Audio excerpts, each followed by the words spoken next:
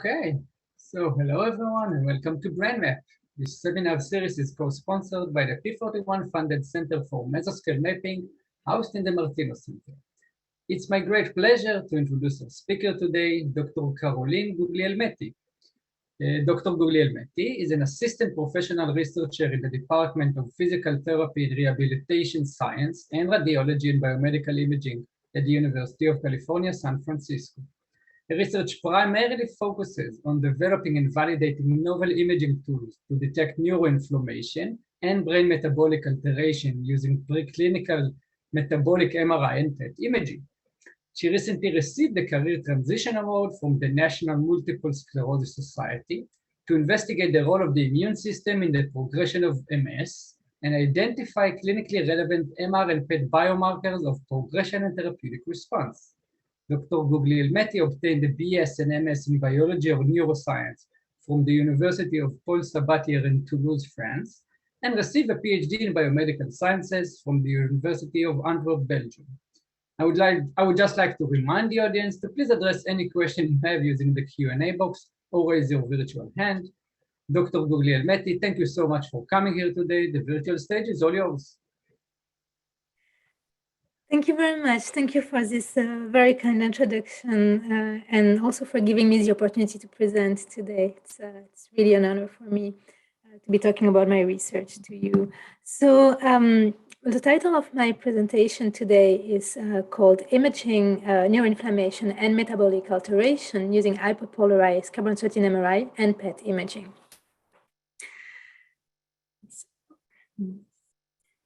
Let me just get the pointer here.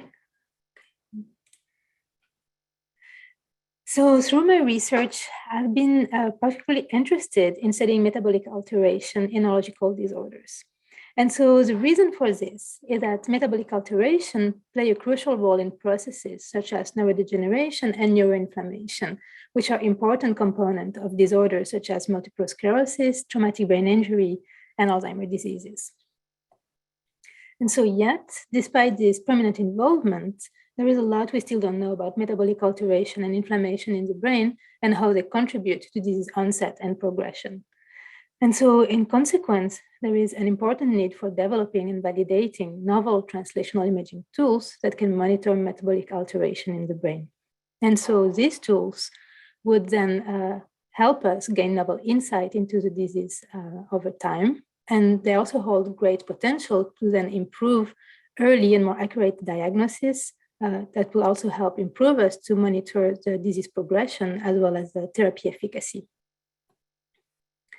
So in this talk, I will primarily be covering application of novel metabolic imaging methods to two disease models.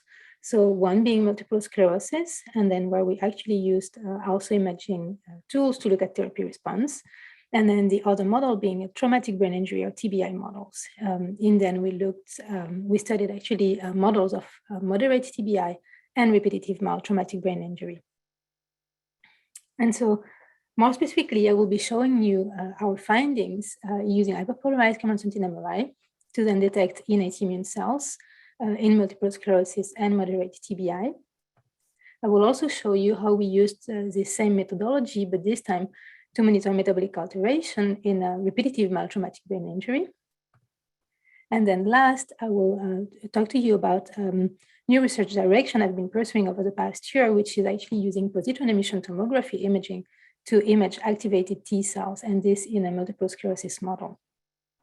So, okay, now let's start off with the use of hyperpolarized carbon-13 MRI in multiple sclerosis. So just as a starting point, I want to take a moment to introduce you to hyperpolarized carbon-13 MRI imaging, because this technique is actually central to a big part of my talk. So basically, in essence, hyperpolarized MRI is a method that makes use of contrast agent to increase the signal in spectroscopic imaging. So specifically using a polarizer, clinical polarizer or preclinical polarizer, we can hyperpolarize a metabolic contrast agent, which is then injected into a patient and then who is undergoing spectroscopic imaging. And then what we can see is that this agent can then be metabolized and then lead to also ultravisible signal from the metabolic products. And so essentially with that, we can detect in real time metabolic fluxes. And so this technique is actually fairly novel. It was first described in the 2000s, but I want to point out that now it's being also set up in many sites across the world, and its safety has been shown across more than 600 patients. And so most of the application of hyperpolarized so far have been into the field of cancer metabolism, cardiac metabolism, and over the past year, we've actually been we've actually seen an increased number of studies using this method to look at brain metabolism. So I also want to show you in this slide maybe a bit more understandable way of clear view of how this method works. So basically, we get a C13 label compound, in this case, this is pyruvate, and we mix it in a solution with a free radical. And basically, we put this solution into the polarizer. And so then we polarize this solution for about like an hour. And then after 1 hour, we can collect this solution. And then we can very rapidly inject it into an animal or patient who is already inside an MR machine. And so as soon as we inject this compound, we can start acquiring spectroscopic imaging data. And so we can actually acquire like different type of imaging data. We can acquire dynamic data, single time points. We can acquire 2D CSI dynamics, 3D. So whatever we have set up on this scanner and whatever will answer our question. So basically, here this is just a schematic just showing you that when we inject pyruvate, which is labeled, we can then detect pyruvate, but we can also detect its metabolic products. So for example, we can detect lactate production, we can detect bicarbonate production, and in some cases, alanine production in the brain.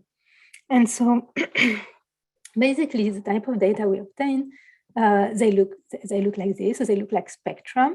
And so basically, we detect the peak that correspond to pyruvate, to lactate, to alanine and bicarbonate. And then according to the type of data we acquire, we can then calculate kinetics. So we can basically calculate the conversion rate of pyruvate into its metabolic product. And we can also, in some cases, generate heat maps. So then we can also then get a special localization of where the products are being produced. So now that I've been working you through a hyperpolarized carbon-13 MRI, I want to talk to you a little bit about multiple sclerosis. So multiple sclerosis is an autoimmune disease that leads to the formation of lesion in the brain and in the spinal cords. And so in this lesion, actually, there are many different processes at play. So basically, these lesions are characterized by the demyelination, so destruction of myelin sheaths and the destruction of oligodendrocytes, that very often lead to neuronal damage. And this occurs actually in a very inflammatory environment. So as you can see, we can detect actually under the microscope, if we look at this lesion, the presence of activated microglia, the presence of actually peripheral macrophages that infiltrate, the presence of activated T cells and B cells, and the presence of also reactive astrocytes. So basically, these lesions are pretty complex. And what is also a main hallmark of this disease, that this disease is actually very unpredictable in terms of how it will evolve over time. So basically, patients who have multiple sclerosis, they will display clinical and cognitive dysfunction. So this is then referred as clinical disability. And so you can see that in the first phase of the disease, patients will experience symptoms and then they will recover. And after some time, actually symptoms will just accumulate over time. And while actually MRI is being used to be able to diagnose and follow multiple sclerosis over time, if you can see here the MR activity, which is looking at lesion and active lesions in the brain of this patient, we can see that it does not really correlate very well with the clinical disability. And so basically, this really highlights the fact that we need better and more accurate tools to then look at neuroinflammatory processes for patients suffering from this disease. And so this is actually what we were trying to answer in our first study. So basically, in our first study, we investigated whether we would be able to use hyperpolarized carbon-13 MRI to then look at neuroinflammation. And so we asked this question because this is based on the knowledge that upon activation, pro-inflammatory macrophages or microglia will then undergo metabolic reprogramming. So then here's a schematic of a pro-inflammatory macrophage. And you can see that there is an increased glycolysis and an increased lactate production. And it has been shown that actually these cells, they undergo metabolic reprogramming, and then there is actually an increase of pyruvate dehydrogenase kinase 1 that then will inhibit pyruvate dehydrogenase activity. So therefore, the flux of pyruvate is then pushed towards lactate production. And so we then wonder if by using hyperpolarized pyruvate, we would then be able to detect that increased lactate production that will then correspond to the presence of pro-inflammatory microglia and macrophages in the MS model. So what we did is that we used an animal model for multiple sclerosis. So it's the model we decided to use is a toxin-induced model. So it's basically called the Caprizani mouse model. So we add a compound, which is called Caprizani, to the feed of the animals. And then these animals, after a couple of weeks, will develop lesions, and lesion in the brain specifically. And so we use this model because it's actually very reproducible. So it really produces lesion at a specific time and specific location in the brain. And so the main inflammatory lesion is located in the corpus callosum, which is this white matter tract that link both hemispheres, both in humans and in mice. And so we had actually two groups of animals. We had a control group that just received a standard show, and we had the Caprizani group, so the multiple sclerosis group. And so we actually imaged the animal at baseline after giving 4 weeks of Caprizani, 6 weeks, and then after recovery. And if I show you here, this is picture of taken for immunofluorescence. So after staining for microglia and macrophages using the marker IBA1, we can see that actually after giving 4 weeks of Caprizani, this is where we see that very high level of microglia and macrophages in the brain. So for our hyperpolarized carbon-13 MR spectroscopy data, the way we did it is that we acquired a CSI, dynamic acquisition. So basically we injected pyruvate, and then we acquired the spectroscopic data for a period of a minute. And I think every spectra was acquired about like 3 seconds after each other. So we can then clearly see when we look at the dynamic data that the delivery of pyruvate and then the corresponding lactate production. And so the way we did the analysis of this data in this study, as well as in the other study I'm going to show in this talk, is that by summing actually all the spectra together and then looking, calculating then the level of pyruvate and the level of lactate for each voxel of interest. And so here our main question was like, are we going to be able then to detect an increased lactate production when we have this increased number of activated microglia macrophages in the brain? And so here is then the outcome of the spectra we obtained for the Caprizani mouse, so the multiple sclerosis mouse, and the control mouse for this region here of interest that contained the main inflammatory lesion. And what we were indeed able to see was that after giving 4 weeks of Caprizani, we were able to see a very strong production of lactate in the Caprizani animals compared to the controls. And what is also very interesting is that our level actually of lactate production over time remains stable in the control animal.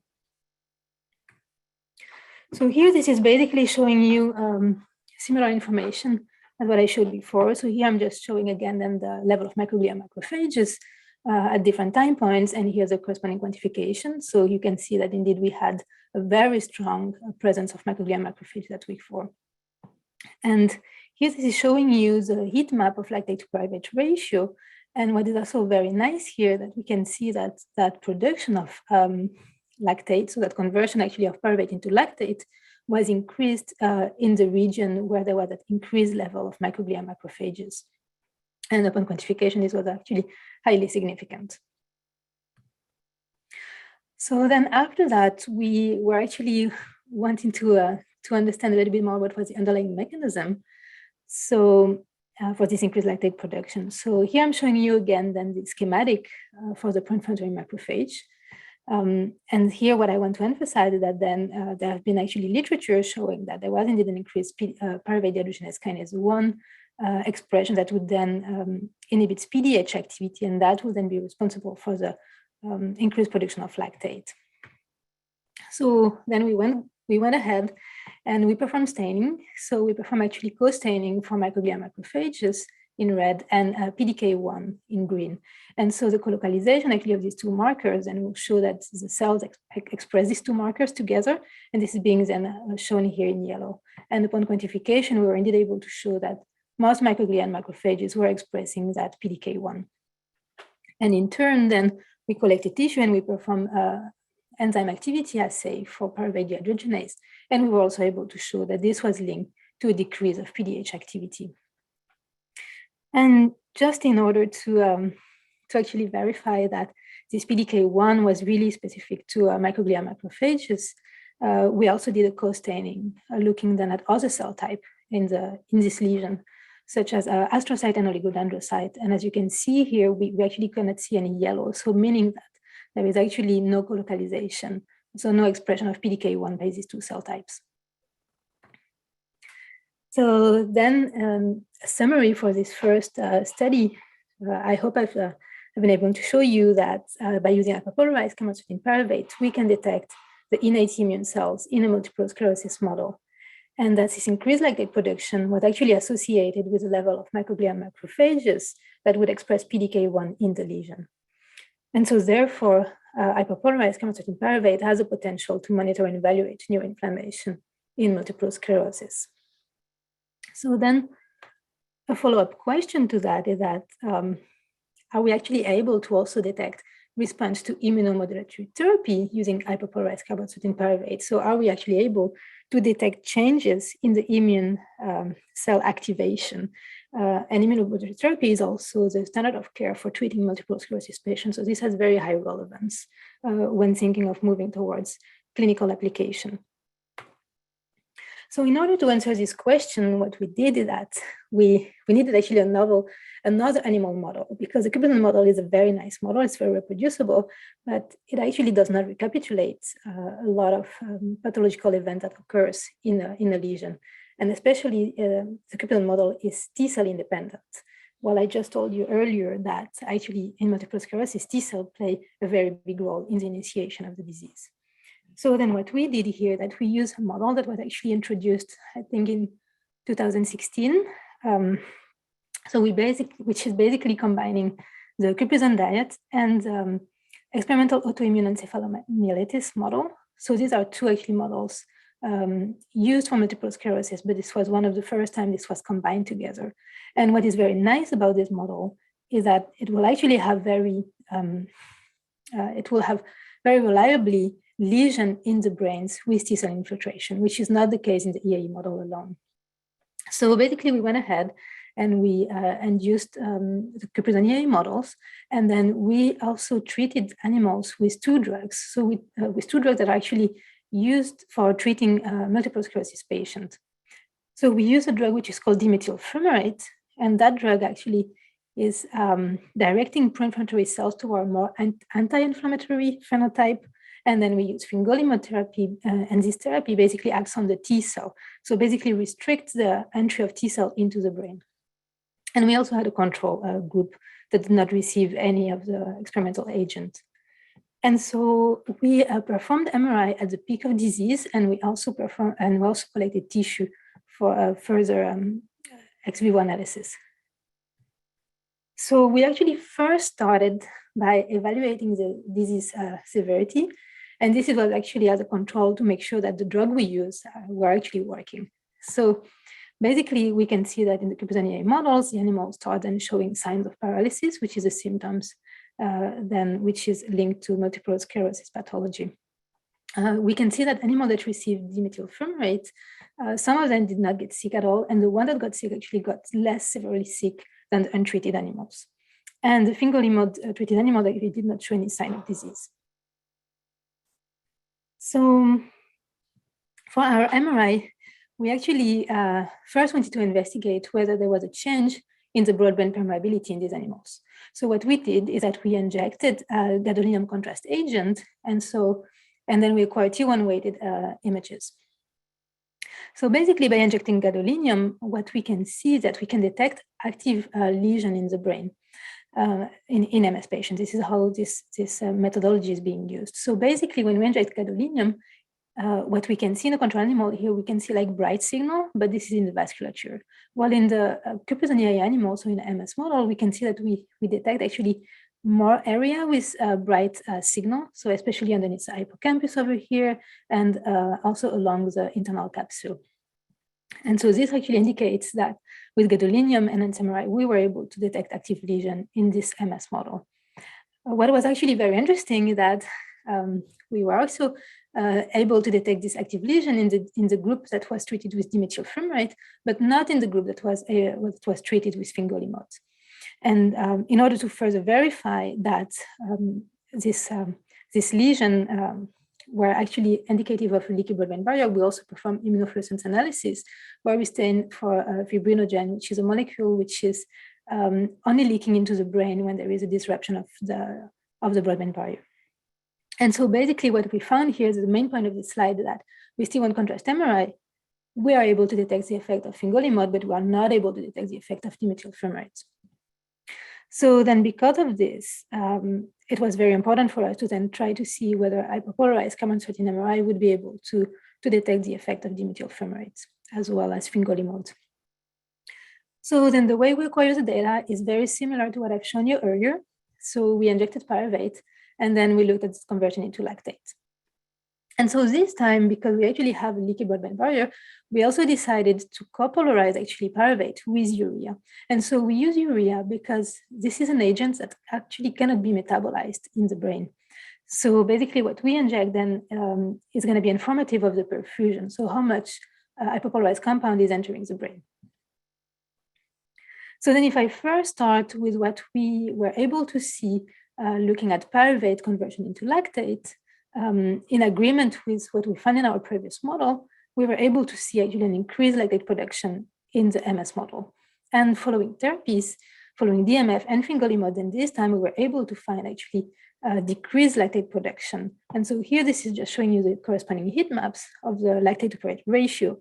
And indeed, we can definitely detect an effect of therapy in both DMF and fingolimod treated group. And this is also shown here in the corresponding graph. So what was also quite interesting for us is that when we looked at urea delivery in the brain, we're actually not able to find any significant differences between the groups. So this means that despite there is a leaky blood-brain barrier, we actually didn't really detect a change in perfusion and delivery of our hyperpolarized compound independently of multiple sclerosis or treatment groups. So then after the imaging, we collected tissue, and then we again then investigated what could be the driving mechanism underlying then this change that we were observing with lactate to pyruvate ratio. And so basically we looked at PDH activity. And so here again, we were able then to find that the MS model had a decreased PDH activity, while when we gave the drugs, we were able to prevent, at least partially, this decrease.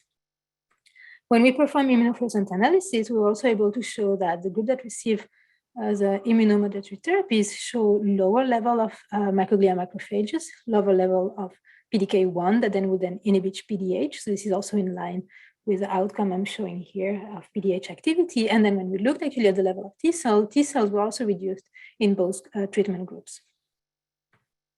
So we further actually looked at potential association of the hyperpolarized lactate to pyruvate ratio, and we found that this was associated to the disease severity. And as I showed you just right now, to the microglia macrophages level, PDK1, and PDH activity. What was interesting is that we actually didn't really find an association with the T cell number.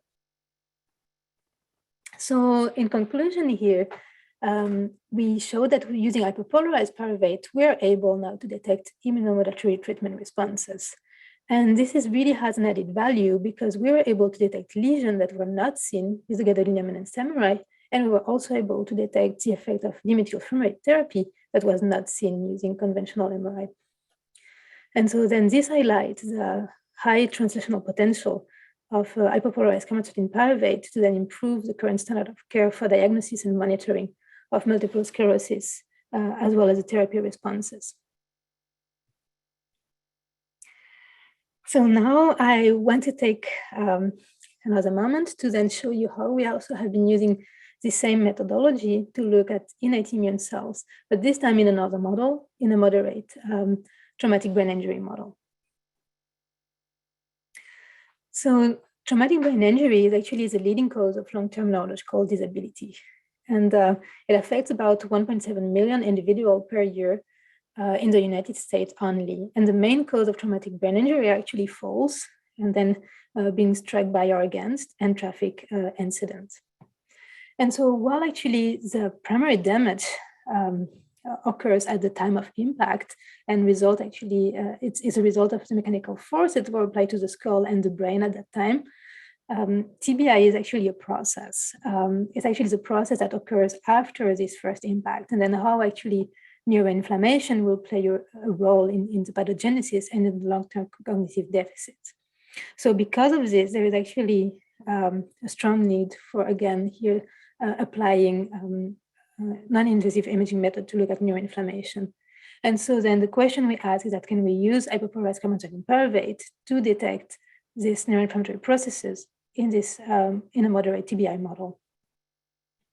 So the way we investigated this was by then using an animal model in which then we acquire MRI data, and we then also collected tissue at all the different time points. So we basically image at baseline, then we perform the surgery. So actually we perform the traumatic brain injury model here. So this was basically induced with a controlled cortical impact.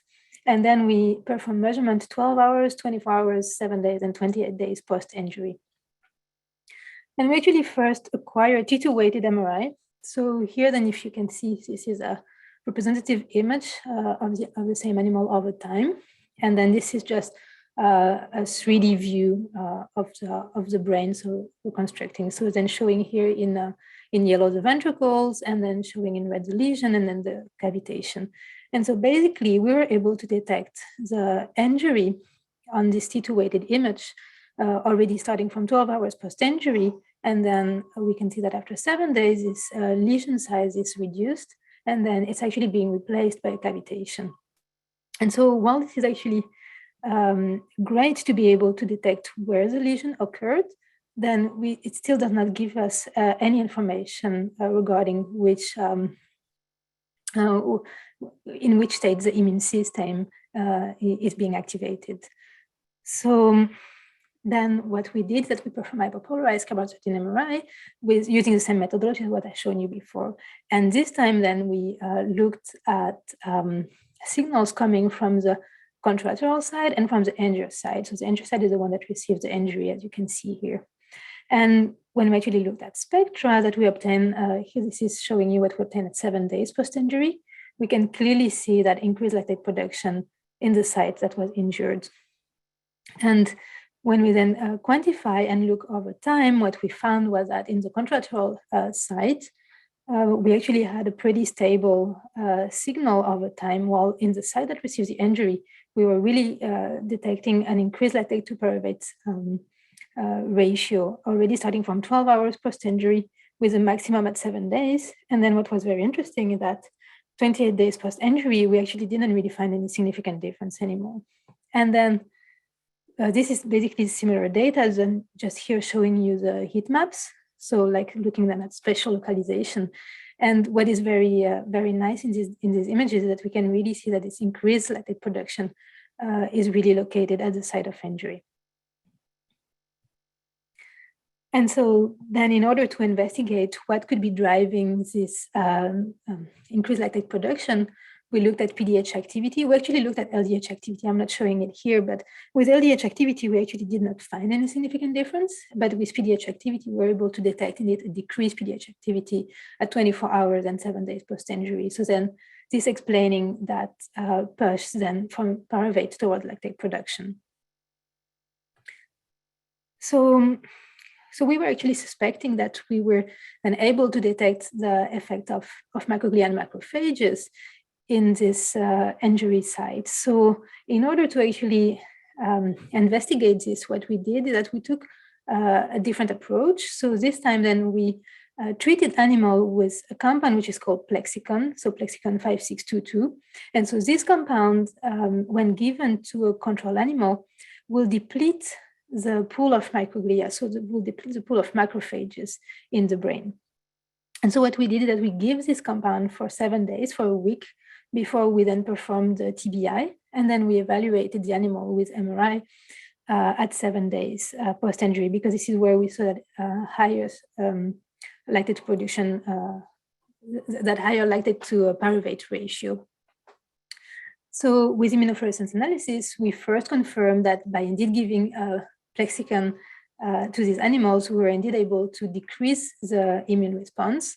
So here you can see this is an animal that did not receive Plexican, and this is an animal that received Plexican, and you can really see the decrease of microglia and also decrease of pro-inflammatory microglia by looking at the CD68 marker, and decrease indeed of CD11B cells, which are also innate immune cells. So what we obtained with hyperpolarized chemotherapy MRI is that, as you can see, this is an animal that did not receive the Plexican, and this one is the one that received the Plexican. So this one is the one that has depletion of the microglia macrophages. And we were really able to not detect that very strong increase of lactate production at the site of injury. And indeed, upon quantification, we didn't find any significant differences. And then when we evaluated the brain for PDH activity, we also didn't find the decrease of PDH activity that we observed in the untreated animals. So then altogether, I've shown you that using hyperpolarized chemotherapy, hyperpolarized pyruvates, we were able to detect the innate immune cells in a traumatic brain injury model as well. And so then this really highlights the potential of this method to monitor and evaluate neuroinflammation in MS, but also in TBI. And we're actually not the first and we're actually not the only one working on using this methodology and applying it to traumatic brain injury models. So actually have been other group reporting also similar results. So increased lactate to pyruvate ratio after injury. So for example, we have a group that worked with a rat model of TBI, and were also able to show that changes in metabolic readout at 4 hours post-injury. And there is also the group of Dr. Jamo at UT Southwestern, who worked with actually TBI patients, and who also showed that there was a change in the lactate PET ratio following injury. So this is actually very, very encouraging and really paving the ways to more application of these methods. So now I'm still going to be talking about hyperpolarized chemotherapy MRI, but this time to detect metabolic alteration in a repetitive mild traumatic brain injury. So repetitive mild traumatic brain injury is actually being caused by frequent concussion. And so this affects another type of population compared to the type of TBI I've shown you earlier. So this affects mostly football players, active military, or people suffering repetitive trauma. And so what we know is that frequent concussion actually increases the risk of developing neurodegenerative diseases and chronic traumatic encephalopathy later on in life. And what is actually one challenge the clinicians are facing right now is that basically structural damage caused by frequent concussion are usually not seen using conventional MRI. And so this actually impairs the proper diagnosis and the appropriate clinical care. So what we proposed to do here was to actually use hyperpolarized pyruvate and urea and see whether we would be able to detect metabolic changes in our TBI model. So what we did, so this is our experimental outline. So we actually used a mouse model of repetitive traumatic brain injury. And so basically when animals were about 2 months of age, we had a TBI group that then received a repetitive traumatic brain injury. So basically these mice received 1 hit for a period of 5 days. And then the sham animals just underwent the same procedure, but they did not receive any hit. And so then we actually let the animal recover for 3 months. And we tested them using behavior, so looking then at risk-taking behavior. Then after the behavior, we performed MRI, and then we collected tissue and looked at postmortem analysis. And so here I want to already say that because the injury is performed on the top of the skull, we then expect the cortical region to be more severely affected. So what we found with behavior is that, so using an elevated plus MACE, we found that the mice that received the TBI actually spend longer time in the open arms and in the center of the platform, while the mice that did not receive the injury prefer to spend more time in the enclosed arm of the mace. And so basically this revealed that the mice that received the TBI actually had an increased risk-taking behavior. We then also perform anatomical MR imaging following injury. So we perform T2 weighted MRI, T1 MRI to look at tissue microstructure and look at oxidative stress.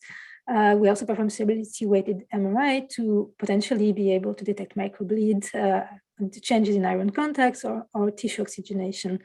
And so we actually looked at several regions in the brain, as you can see here delineated. We look at the prefrontal cortex, the cortex, hippocampus, and then subcortical region.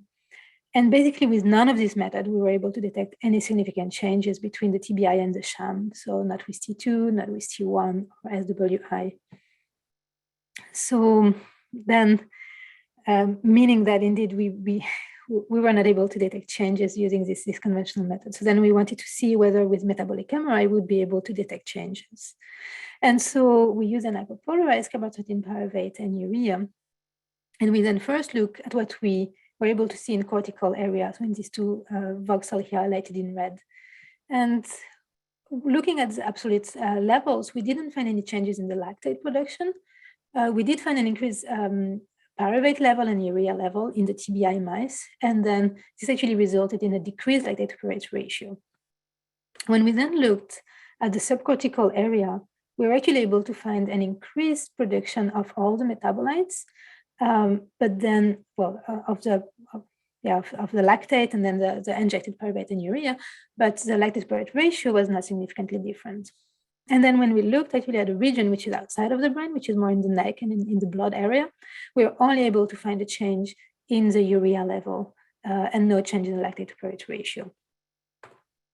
And so here on this slide is just showing you, again, as I did before, the different heat maps. So then this is different. This is a heat map for the lactate, pyruvate, lactate to pyruvate ratio, and urea. And this is then showing the data for a sham and RTBI mice. And so basically what I want to highlight here is that in the RTBI mice, we can clearly see that increased level of pyruvate and urea. And we can also see that decrease actually of lactate to pyruvate ratio in the cortical area in the TBI mice.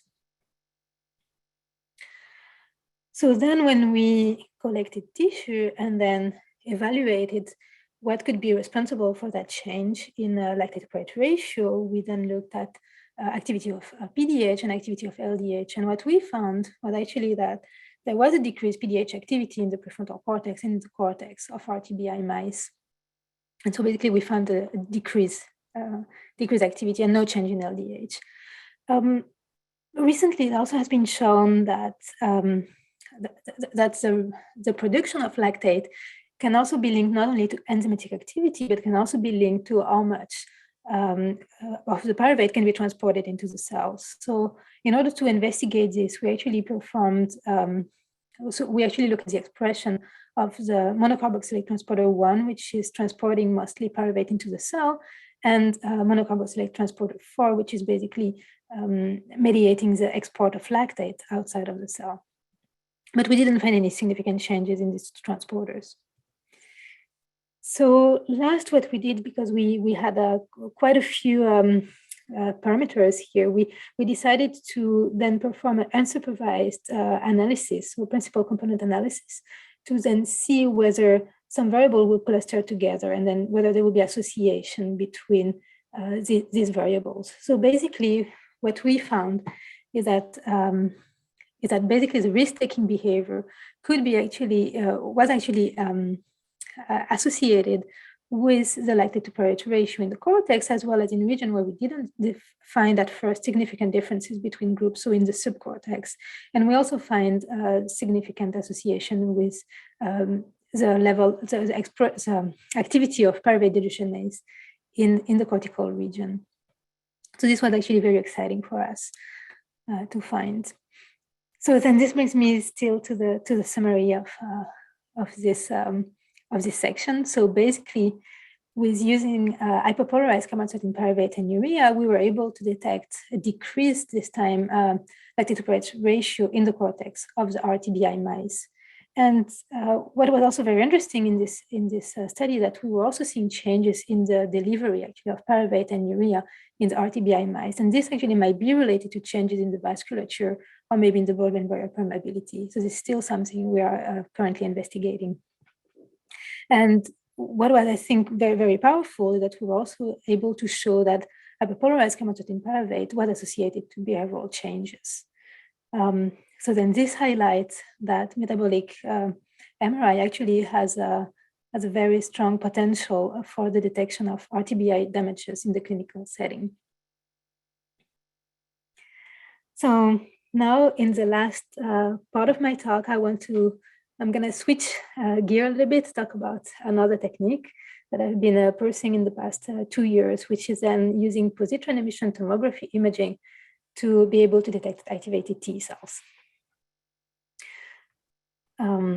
So basically, we used in this study a novel tracer, which is called FRG, and it's labeled with fluorine 18. And so our collaborator have actually shown that by using this compound, we are able to detect activated T cells as this will selectively accumulate in these cells. So briefly, the way it works is that FRG is being taken up by the cells, and then once it's inside the cell, it's being phosphorylated. So it can be phosphorylated in the cytoplasm or in the mitochondria.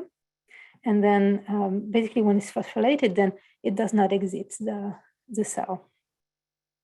And so we actually investigated whether this compound, so FRG, would be able to detect the T cell infiltration in a multiple sclerosis model.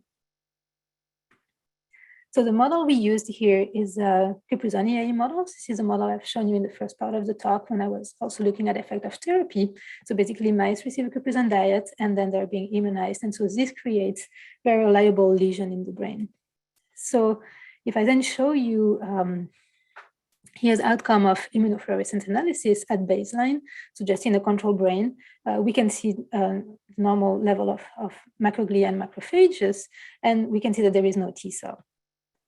After giving them 3 weeks of Caprizan, we can see the activation of macroglia and macrophages in the brain, and we can actually detect very few number of T cells. And then when we look at the peak of disease after EAE immunization, what we found is very strong activation of macroglia and macrophages, and this time also quite strong infiltration of T cell in the brain. So then we decided to perform imaging, PET and MR imaging at these 3 different time points. And then we performed actually T2 weighted MRI to confirm that we were able to detect white matter lesions. We also performed T1 weighted contrast enhanced MRI to then be able to detect the blood-brain barrier disruption through the accumulation of gadolinium contrast agent. Then we performed PET imaging after injection of FRG. And then we collected tissue to then look at the presence of T cells. And so then this is what we obtained with just conventional T2 weighted MRI. So here you can clearly see that after giving 3 weeks of Caprizan diet, we can see that the hypointense contrast that corresponds to the myelin here of the corpus callosum has disappeared. And similarly, we observed the same in the Caprizani model. And this is just showing the quantification. So basically, we are not able to detect between the 2 different lesion types using T2 weighted conventional MRI. With T1 weighted MRI, what we saw was that only actually the animal from the Caprizani group showed a leaky blood-brain barrier. But as you can see here on the quantification, there was actually quite some variation between animals at week 7. So it was sensitive to be able to detect a change, but it is still highly variable. So then what we obtained with FRG, after injection of FRG, here you can see this is actually a merge image of T2 weighted. So this way then we can have a very nice localization of structure in the brain together with the FRG PET image and the CT image. And so what we were able to find was actually only a signal coming then from the brain, from actually the corpus callosum area in the Caprizani mice, which are the ones that have increased level of T cells. And so what we then further did is that we performed immunofluorescence analysis looking at T cell presence, and we were indeed able to find that in these Caprizani animals, actually the level of fluorinating FRIG was highly correlated to the number of T cells. So then in the last part of the study, what we wanted to do is that we wanted to investigate whether we would be able to detect a change in following treatment with fingolimod. And so fingolimod is this drug that actually restricts the number of T cell into the lymph node. And so then the T cell cannot really infiltrate the brain. And so here I'm just showing you histology just to verify that indeed fingolimod treated animals showed a lower level of T cell into the brain. So then when we performed again MRI, contrast imaging, and then looking here at the result of the FRG tracer, what we found is that with T2 weighted MRI, we were actually able to detect that there was a lesion still in animal treated with fingolimod, but we were not able to detect a significant difference between the one that will then have T cell and the animal that will show almost no T cell in the brain. With T1 enhanced contrast MRI, this is in line with what I've shown you in the first part of the study. Actually, the animals treated with fingolimod did not show any leaky blood-brain barrier. And then when we then looked at what we observed with FRG, what we were able to find is that was a significant decrease after animal were treated with fingolimod. So this is then in line with a lower level of T cells. So then in summary here, I want to show that we demonstrated that by using this tracer, we were able to actually detect the T cell infiltration into the brain, and we were then able to improve the lesion characterization. And we were also able to detect the effect of immunomodulatory therapy. I didn't really have the time to talk about it in this talk, but we also looked, so with PET imaging, we're actually able to acquire whole body images of the animal. So we can acquire brain images as well as spinal cord images. And we know that in this model, there was also a strong infiltration of T cell in the spinal cord, and we're able to show that following therapy, we were also able to detect that effect of fingolimod, so then less T cell infiltrating spinal cord. So now I wanted to say that I have covered all the topic I wanted to talk about today. So I'm going to be then taking you to the main conclusion of this talk. So basically, I hope I have convinced you that by using hyperpolarized carbon-13 MRI imaging, we're able to detect activated innate immune cells in MS and TBI models, and that we were also able to detect response to immunomodulatory therapy. We were also able to detect metabolic alteration in a mild repetitive traumatic brain injury model. And using FRG, we were able to detect the T cell infiltration in an MS model. And so with this, I think we have brought some important advances to validate novel preclinical imaging tools to then track metabolic alteration in vivo. And I believe that these methods are actually will be very useful to complement existing and conventional imaging modalities. And they have a very high translation for potential towards clinical translation. And just then as final thoughts, and talking about future directions on how we're thinking of moving forward with these approaches. So I want to emphasize again that I think this metabolic MRI and PET imaging have very high potential, and I think deserve to be applied to many other neurological disorders. So some groups are working on stroke, neonatal hypoxia, also Alzheimer's diseases. So this is all very exciting, and I think there is a lot of room for application here. In my talk, I mostly talk about hyperpolarized carbon-13 pyruvate. I also want to emphasize that actually many other hyperpolarized probes that exist that can be used, and some have also been used to study brain metabolism. So we're actually currently investigating other metabolic pathways that will be then related to oxidative stress, of glutathione metabolism, for example, with other PET probe. We're also now starting to investigate astrocyte function. So this is all very exciting. And another approach I would like to take is actually to combine PET and MR imaging to then really be able to investigate the cell interplays. So like astrocyte, innate immune cells during the disease course and following therapies.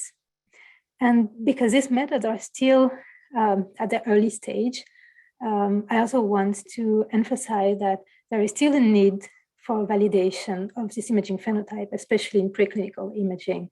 So performing correlative studies, looking at cell specificity, using also transcriptomic approaches, knocking or knockout models to further then validate what is the underlying mechanism of what we observe with imaging.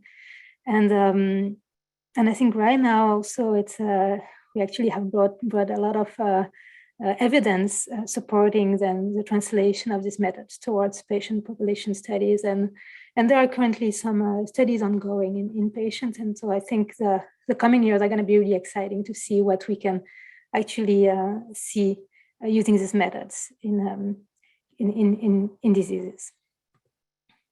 And so I would like to finish this talk by thanking all my lab members, all our collaborators, our funding agencies also for making this research possible, and you for your attention. Thank you. Thank you very much, Dr. Guglielmetti, for this great talk. And as you said, we now move to the Q&A phase. I'd just like to remind the audience to please address any question you have using the chat, Q&A box, or raise your hand. And I think I see the first question already from Bruce Jenkins. If you could please unmute. Oh, hi. Can you hear me? Yes.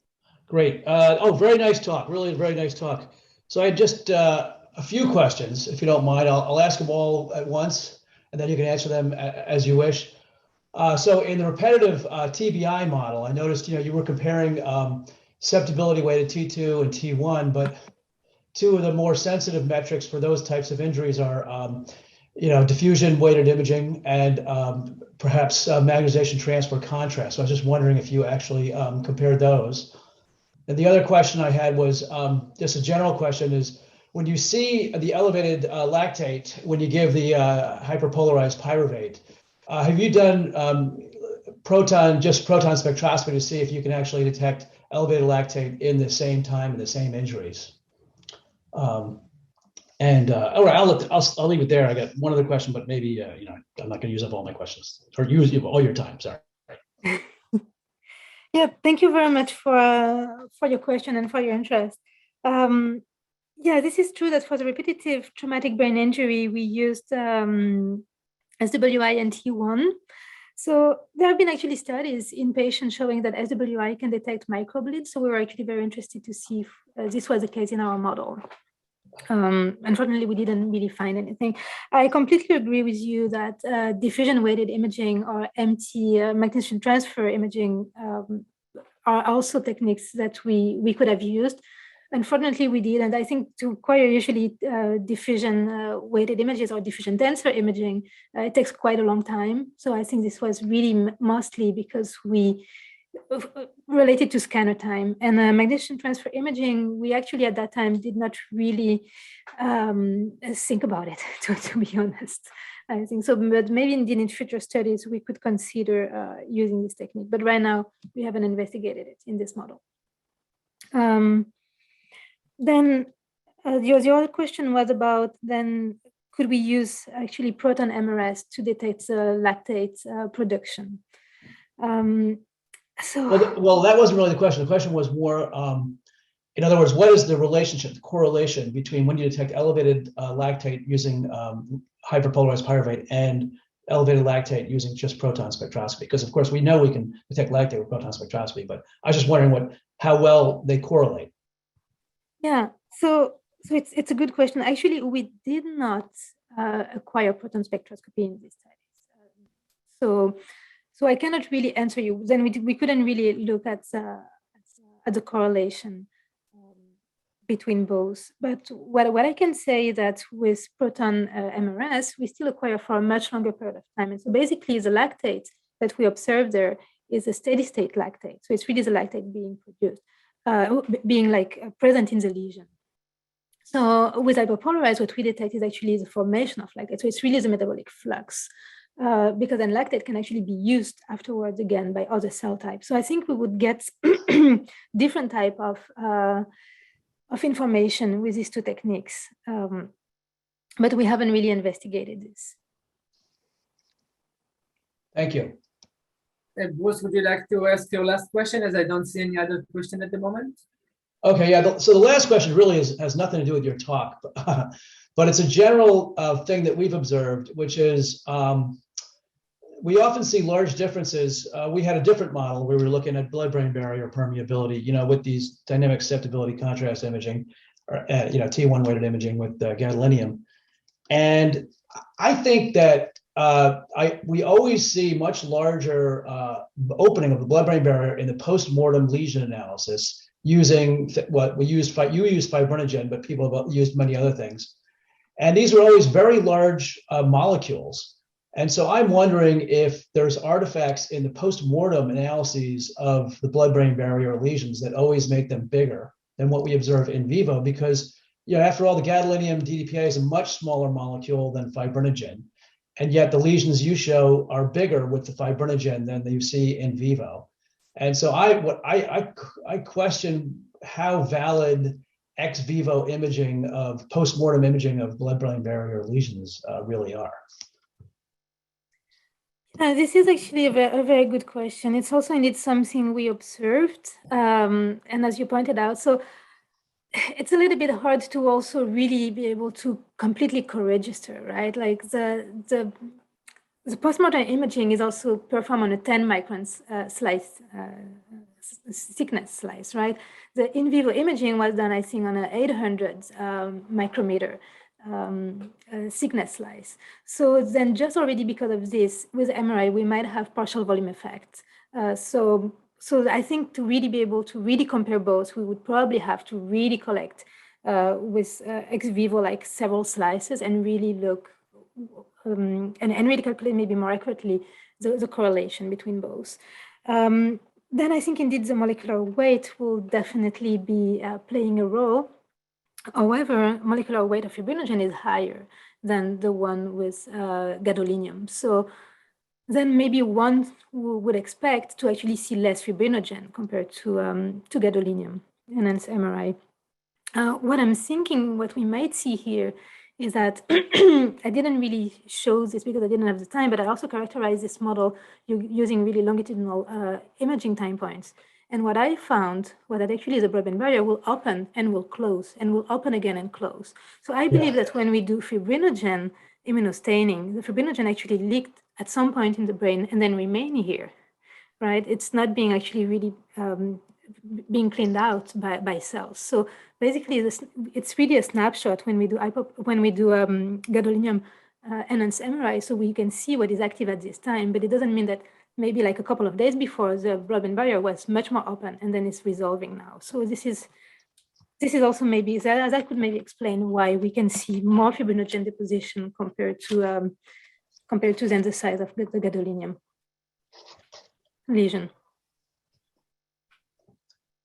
Yeah, they're definitely different, but they're always anyway. Yeah, I agree with everything you said, but it's a tricky comparison, and we've looked at a couple of models where you see zero leakage with gadolinium, and yet people have published post-mortem results claiming they see leakage of stuff, and I just wonder if, depending upon how rapidly you actually kill the brain, the blood-brain barrier relies heavily upon ATP. And that when you kill the subject, the lactate, of course, builds up quickly because you're losing your ATP and your oxygen and your glucose. And so that will affect the blood-brain barrier opening. So I think a lot of what you see post-mortem may be an artifact. I mean, I'm just speculating, maybe an artifact of this type of process, opening of the blood-brain barrier during the time period for which the animal is being sacrificed. Yeah, that can, I am not 100% sure about that, because we still performed immunofluorescence analysis and looking at blood-brain barrier opening in control animals, right? And so basically the control animal, they still undergo the same procedure as the Caprizani animal, like the MS model animal, for example. So then I would still expect that if this will then come from our from the way we collect tissue, we would also then see an increased fibrinogen deposition in these control animals. Well, we don't, and we still detect even though the lesion might seem bigger with histology compared to with the MRI, they are still located in the same region, right? So when we saw change in the right hemisphere, we would see it with histology in the right hemisphere. Like it was unlikely that we would not see something on the left hemisphere with MRI and then with immunofluorescence. Yeah, I mean, but if the tissue is already compromised and then you kill it, that might be the final blow for opening the blood-brain barrier. In other words, like it may not be an all or nothing type phenomenon. Like when the tissue is already compromised, and then you go ahead and anyway, it's certainly it's certainly an interesting question, but I think we beat it to death. Great, so I think this is an excellent point to wrap up. I'd like to thank our speakers so much again, Dr. Guglielmetti, for coming here today. It was an excellent talk and it was a great pleasure, and we're hoping to see you in person sometime soon. Thank you. Bye, everyone.